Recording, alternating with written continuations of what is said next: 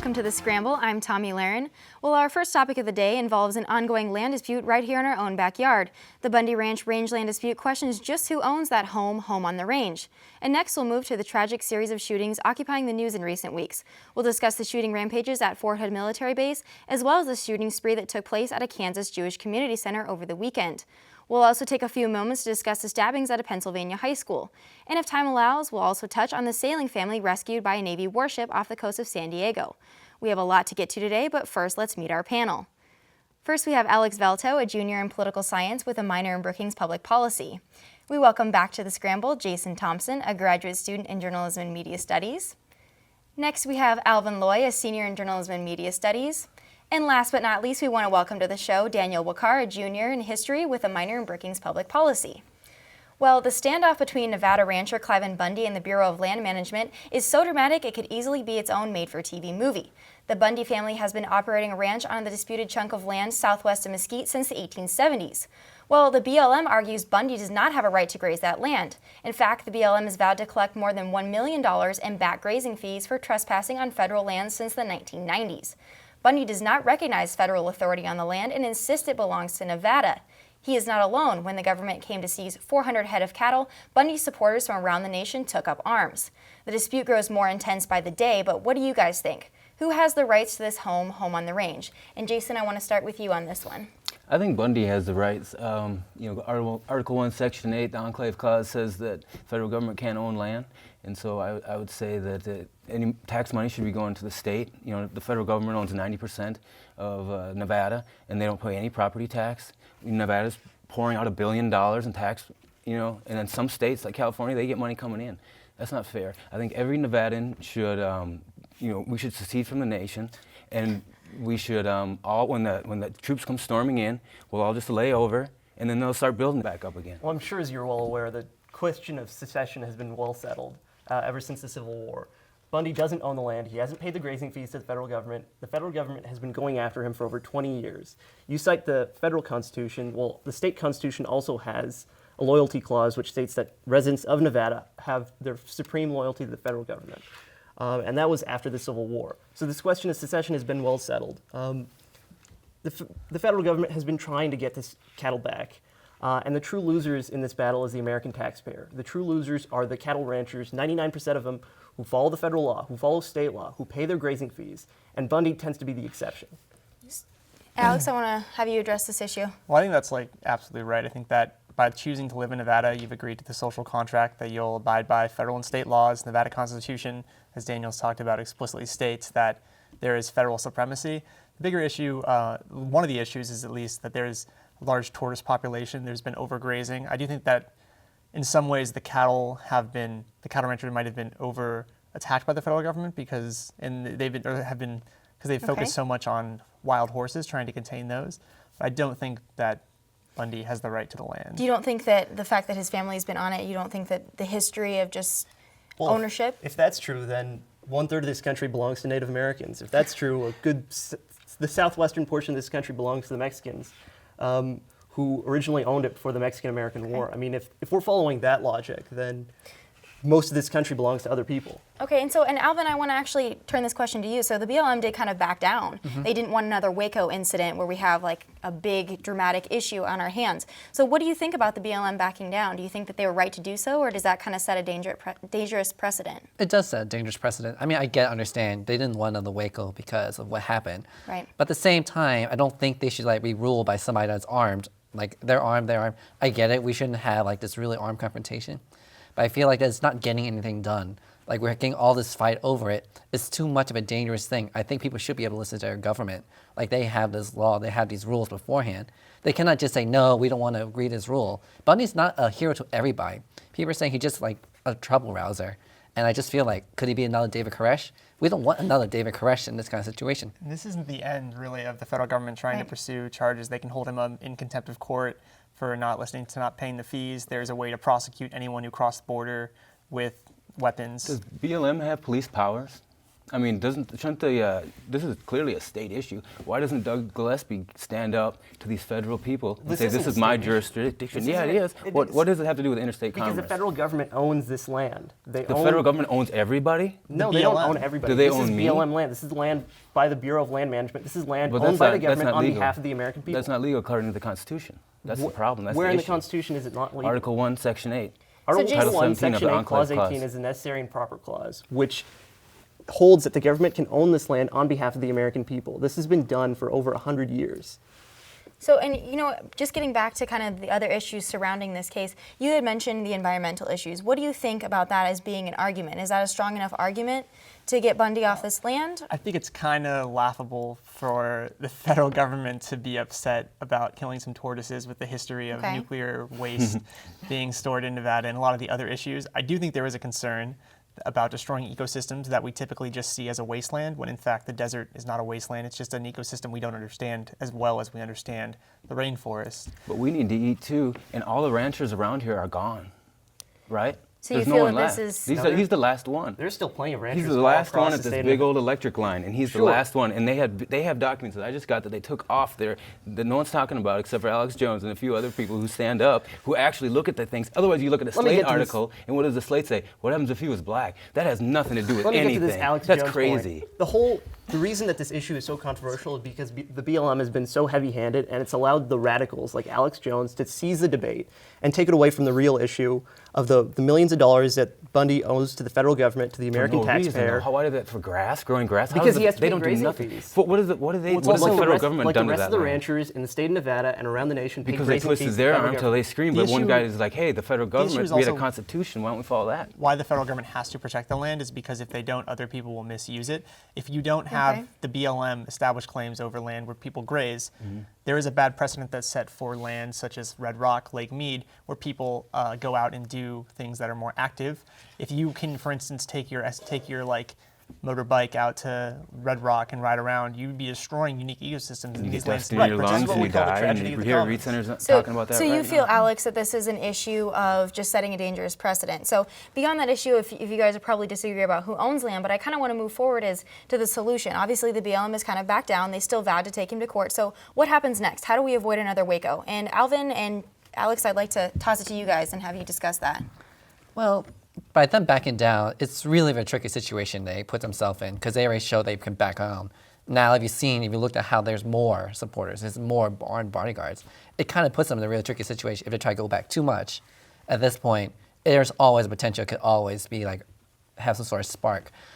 Maybe they should get, is there maybe a third intermediate that can really like look at both issues? I want to Maybe we ask should you go in guys the too. courts. Do you guys think that's possible, given the overzealous nature of this between the government again, and you have Bundy supporters? Do we think that there's a workable solution here? Are they going to come Right. to a compromise? Why was that the first solution? Right, Sheriff Gillespie was working as an intermediary between the BLM and the Bundy family to find a workable solution, and this is why the BLM ended up standing down and returning the cattle back to the Bundy family. Where's PETA?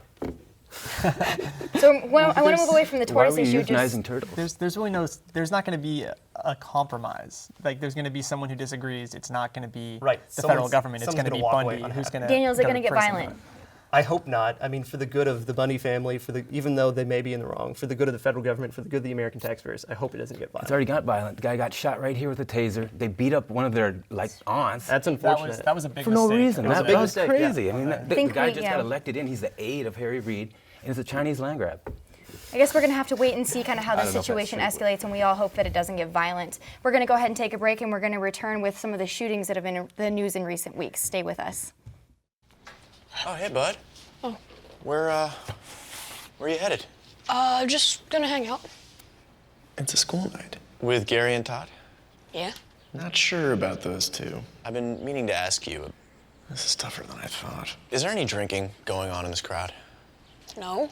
I hope not, because alcohol can lead you to say things and do things that you really wish you hadn't. Isn't this what you're supposed to say?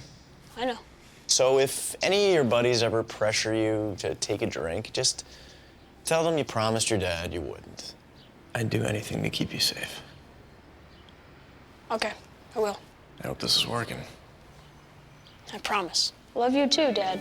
They really do hear you. Ryan, Yeah? So start the conversation even before they're teenagers. Good idea. For tips on what to say, visit underagedrinking.samhsa.gov. A message from the Substance Abuse and Mental Health Services Administration.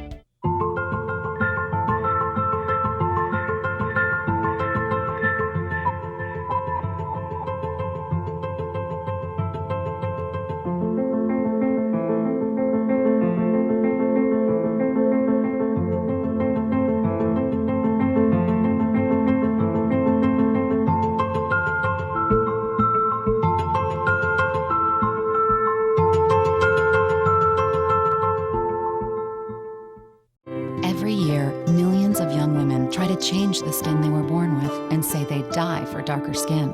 Sadly, some actually do. Change your thinking, not your skin. Stop tanning. Learn more at spotskincancer.org. Help support the Breast Cancer Patient Education Act, a bill that will help make sure women facing a mastectomy are told all their options about breast reconstruction. Visit broaddayusa.org for more information. Welcome back from the break. Well, the resilience of the Fort Hood Army base was tested once again 2 weeks ago when soldier Ivan Lopez pulled his .45 caliber Smith & Wesson handgun and proceeded to kill 4 and injure 16 before taking his own life. This deadly attack came at the same Texas base where in 2009 U.S. Major Nigel Hassan killed 13 and wounded 30. Army officials said an ongoing mental issue was not the driving force behind this rampage. Rather, the Army suggests it stemmed from an argument over a denial of request for leave. The official investigation is ongoing, but what do you guys make of this instance? I want to toss it to Alex on this one. I think it's tragic that this keeps occurring with people that are military personnel. There's a huge issue with people after they leave the military suffering from PTSD and suffering from mental illnesses, which is largely just a byproduct of what you see when you're in the military. A lot of the way they try to train you is by breaking down your ability to think on your own. Right? It's absolute power.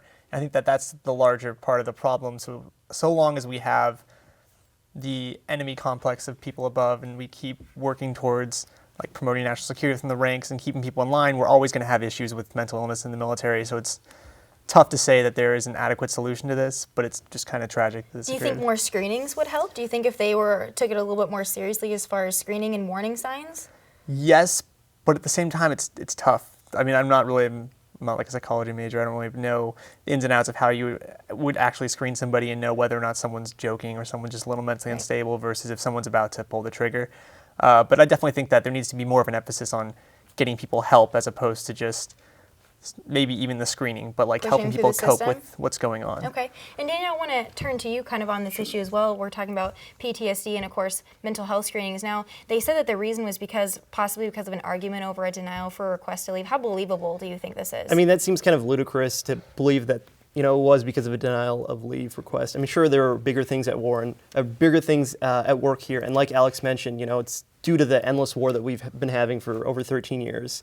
It's bound to happen. It's unfortunate and it's tragic when it does happen, but these situations are bound to happen. And the VA backlog of people who have claims and are submitting claims for post-traumatic stress disorder is so bogged down in paperwork. It takes over 4 or 5 months. Okay. Yeah, even on the conservative side, 4 or 5 months for people to get their claims moved through the backlog. So definitely increasing that VA budget or somehow augmenting that would help. What do you think, Jason, to his I think they point? need more guns. I mean, this happened in a gun-free zone, right? If they would have had a few soldiers there, they could have ended it real quick. And they did respond very quickly, and that was one of the things Not they quick said. enough, though, compared to some people that was like, hey, we need to get our guns back. Don't we think we should have our soldiers with guns? We got vice presidents coming in, and they disarm our soldiers. Something's wrong here. Alva, I want to ask you about that. Do you Seriously, think not enough guns is the problem on military bases, or how would you address this issue? No, I don't know if that would really help with the not enough guns. I mean, I understand like you're saying why they would take it away. They don't want somebody else to go crazy. It was a security precaution. I don't really think that guns would really help out the situation. If he was armed, they were armed, it would just matter more shootout with each other, and that could just end even more chaos, even more chaotic. How do we know that something else could not escalate it? I get the point though, I know why it could, but I just feel like that may not have been work. I mean, after all, in that case, wasn't it somebody like an MP, military police, that did stop them? It was a female officer So that it was did stop somebody him did before he stop took him. his own life. But right? I don't know if the guns would really have helped. I think it would just made a lot more issues into it. Will that be a problem if we have a military without guns? Well, not the military itself. I mean, it's the base. They're back at the home, base, though. okay. There might be an interesting Or perspective. why do we have a if standing army at home? have a military that is not directly attached to those guns. So looking at kind of the future of warfare as we transition to more of drones and more military robotics, how much does the distance between the person firing and the person on the ground, how much does that watching the guy watching the preserve drone, their and the psyche? drone will be watching the guy watching the drone. So how do we address series of these drones moving watching forward? Do we drones. have to worry about our response more so, or should it be precautionary measures? I want to kind of have you guys discuss that a little bit. There's kind of a balance that you need to maintain. I think there definitely needs to be you need to revisit some of these gun-free zones to have people there who are armed and who are able to take care of the situation more quickly. But you also need that bigger emphasis on mental health and reducing that VA backlog. So you have, when people have PTSD claims, legitimate claims, they aren't stuck in the 6-month wait to get their claim through the system. Do you think that something like this we can learn from as more of these shootings come in the news? Is this going to be something we need to address as Definitely. far as the backlog? But even one shooting to learn from is one too many. Can they Absolutely. mandate that you go to like a mental health, I mean, they can mandate you go to a mental health screening, but can they mandate that you reach out for mental health benefits? Because it seems like the person that does a lot of these types of things are not always the person that speaks out and goes to get it. So, and I'm sure you guys are well aware there are more people who have died through suicide than have died in Afghanistan Absolutely. or Iraq. Yeah, we should It is bring them all definitely home. an issue. Well, I want to move now from one tragic shooting spree to another. Over the weekend, Glenn Cross, the founder and former leader of the Carolina Knights of the KKK and White Patriot Party, opened fire outside a Jewish community center near Kansas City. He killed a boy and his grandfather before shooting a woman at a nearby Jewish assisted living facility. Cross has a history of spouting anti-Semitic rhetoric. What do you guys make of this tragic rampage? Is there any way this could have been prevented given his history of hatred? Alvin, I want to kick it to you on this one. But this one is tricky because, like you said, the First Amendment allows him to protect them. I mean, he has a very hatred, and yes, it's really, but once you start arresting him, where do you cross that line? How do you not cross that line into, if any speech is not likable, then I will have to arrest you? I mean, yeah, they could maybe watched him a little bit more. It seems like if you look at the reports that he was very well known, that they Right. did know He was about it. definitely very vocal. Maybe we should have not let him get the arms, but then again, that brings up the other issue. That brings like, up Second Amendment rights. Second Okay, Amendment. Daniel, I want to toss it to you. It goes back to the principle of see something, say something. There's kind of a diffusion of responsibility. Oh, this guy is a hate crime leader. Somebody else will take care of him. Oh, somebody else will call the cops on him. Well, nobody called the cops. Nobody told mental health officials. Nobody told anybody anything. And then you have a tragic situation like this result. How do you address it? Because kind of as Alvin said, it's really hard with the First Amendment. What do you do in this situation to So, address hatred? The Supreme Court has held that speech like the one that has occurred in this situation is unconstitutional. It's fighting words. It's literally designed to provoke people into violence, designed to provoke people's hardline emotions. Jason, what do you think about this? I think if you look at the history, look at the statistics, violence is down, hatred is down. In 1920, we had Black Wall Street in Tulsa where we machine gunned like 10,000 black people. And we don't even talk about that, we don't even know about that. But then we have a few shootings here and we want to take everyone's guns away. And then what happens here? The Bundys can't defend themselves and we would have had a Waco. Okay. That's what would have happened. So we think that more it's guns, more cannabis for the PST people. Simple solution. Definitely an interesting perspective. I kind of, on this whole issue, I agree with largely with people, with what you all were saying, though. It's tough to kind of criminalize speech. Exactly. Even though It's a lot a of difficult line. these organizations are like registered. The Southern Poverty Law Center has released data, keeps a very specific list of different organizations interacting in various cities across the country. It's insane, but it seems like maybe more monitoring is in place. I get that hate speech needs to be protected in some sense because it's tough to determine what is hateful, and that is always kind of subjective from those in power.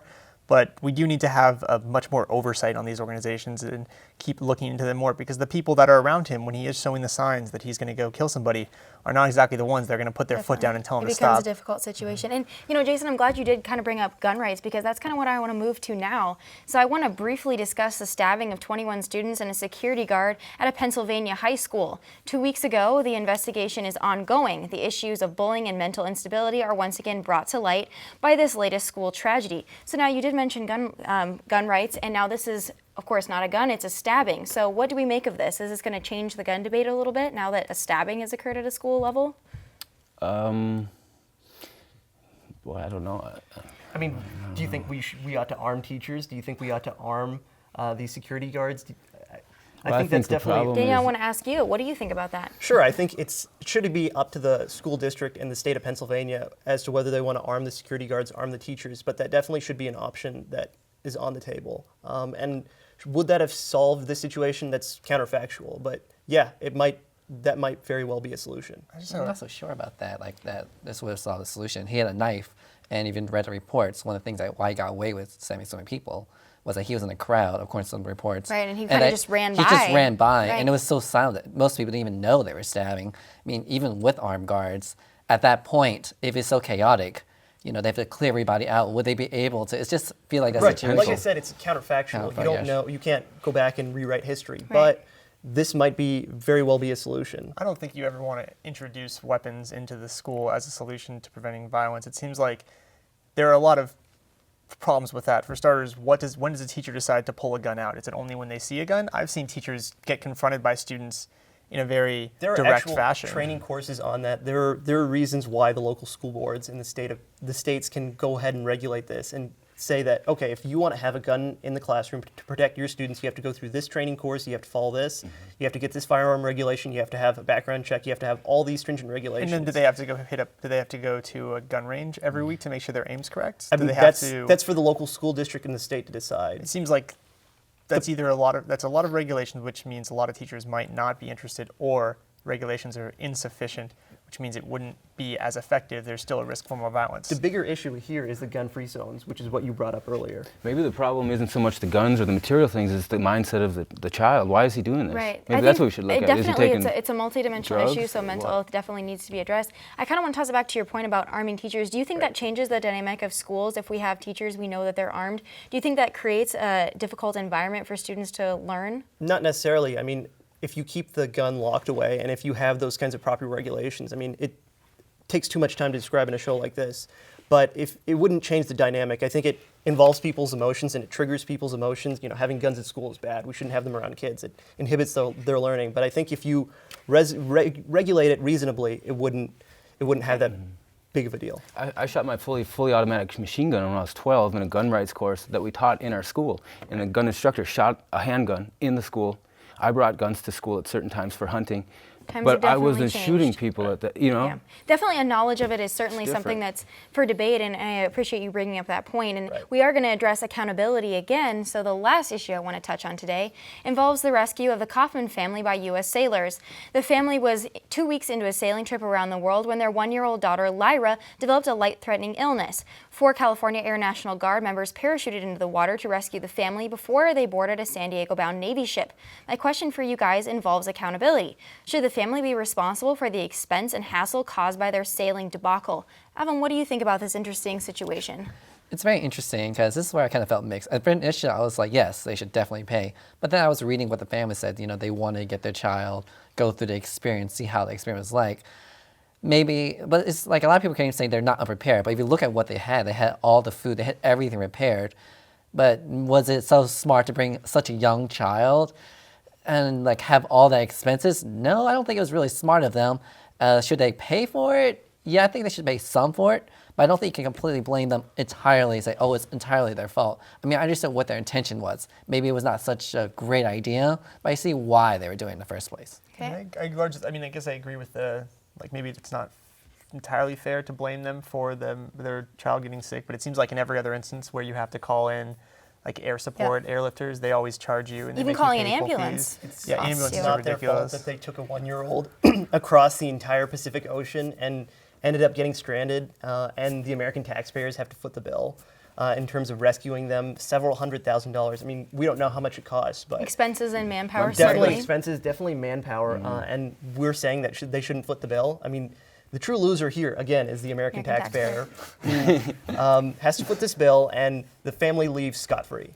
They're not held accountable for their actions. My best friend growing up was a Navy SEAL. He could have been one of the guys that rescued him. I'm sure he would have no problem rescuing a kid, because guess what? That's his job. And guess what? These people already did pay for it with their taxes many times over. So this is their job. I don't care if they had weather balloons, tied it to a chair, and grabbed their 3 babies, sick, went out into the ocean. That's still the Navy's job to do that. That's their job, security job. That's what their job is. What are we paying them for otherwise? They work for us. We don't work for them. Heck, that's why the don't big we all problem. go and boat across the Pacific Ocean if the Navy is going to rescue all of us when we screw up, when we don't make it across?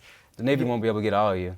Do you think it was irresponsible for them to take their 1-year-old child? I want to ask you guys, do you think they should have done this in the first place? A lot of people on their Facebook page are outraged that they did this, and then they are requesting obviously to be rescued. I mean, if you want to take, I think if they were prepared and they had the adequate supplies, you can't really predict your child's going to get that sick. I mean, you could have probably known or guessed that there's going to be some thing that happens. But I mean, if you want to give your kid that experience, go for it. Sure. But you got to pay for it. When we have Gotta pay hikers for it, okay. stranded in Red Rock, and the helicopter has to go pick up the stranded hiker in the middle of Red Rock, the hiker has to pay that $10,000 or however much it costs for that helicopter ride. It's the same principle that applies here. Even though that helicopter, the person that needs to be rescued pays taxes, they still have to pay for that helicopter ride. Could they get a cheaper option, like with a slingshot or catapult or something? Perhaps. Parachute. Although I want to ask you, if, say the family can't pay, is there going to be an outcry if they are again forced to pay for this? People are going to be pretty upset. Well, yeah, people are going to be upset. It's like the fickle nature of the way it worked. First they blame them, then they blame, should they pay for it? I mean, they didn't really predict, like you said, like they didn't know that was going to happen. But yeah, it's just going to be like, if they try to get them to pay for them, then everybody's going to be outcry. Then they're going to be sort of like what you were saying earlier, if somebody gets rescued, do they have to foot the bill for what happened to them? I feel like they're just going to start like an Indiegogo or a Kickstarter to pay for it. So they'll end up having some money from all the people that are upset. Tell you what, I'll Do be you the think last the- person to contribute to that. You'll take money If from it is voluntary, but you If did it is mention the voluntary, yes. American taxpayer. Right. Well, I guess we'll have to wait and see if this sets a dangerous precedent. We'll see if more people take their children on sailing trips around the world, I guess. We'll have to wait and let them decide on that one. But that is all the time we have for today. So now you know what we think. Let us know what you think. Share your opinions or any ideas or topics you'd like us to scramble about to thescramble.unlv@gmail.com. You can also catch full episodes of The Scramble at unlv.tv. And for all of us here at The Scramble, thanks for joining us, and we hope to see you next time.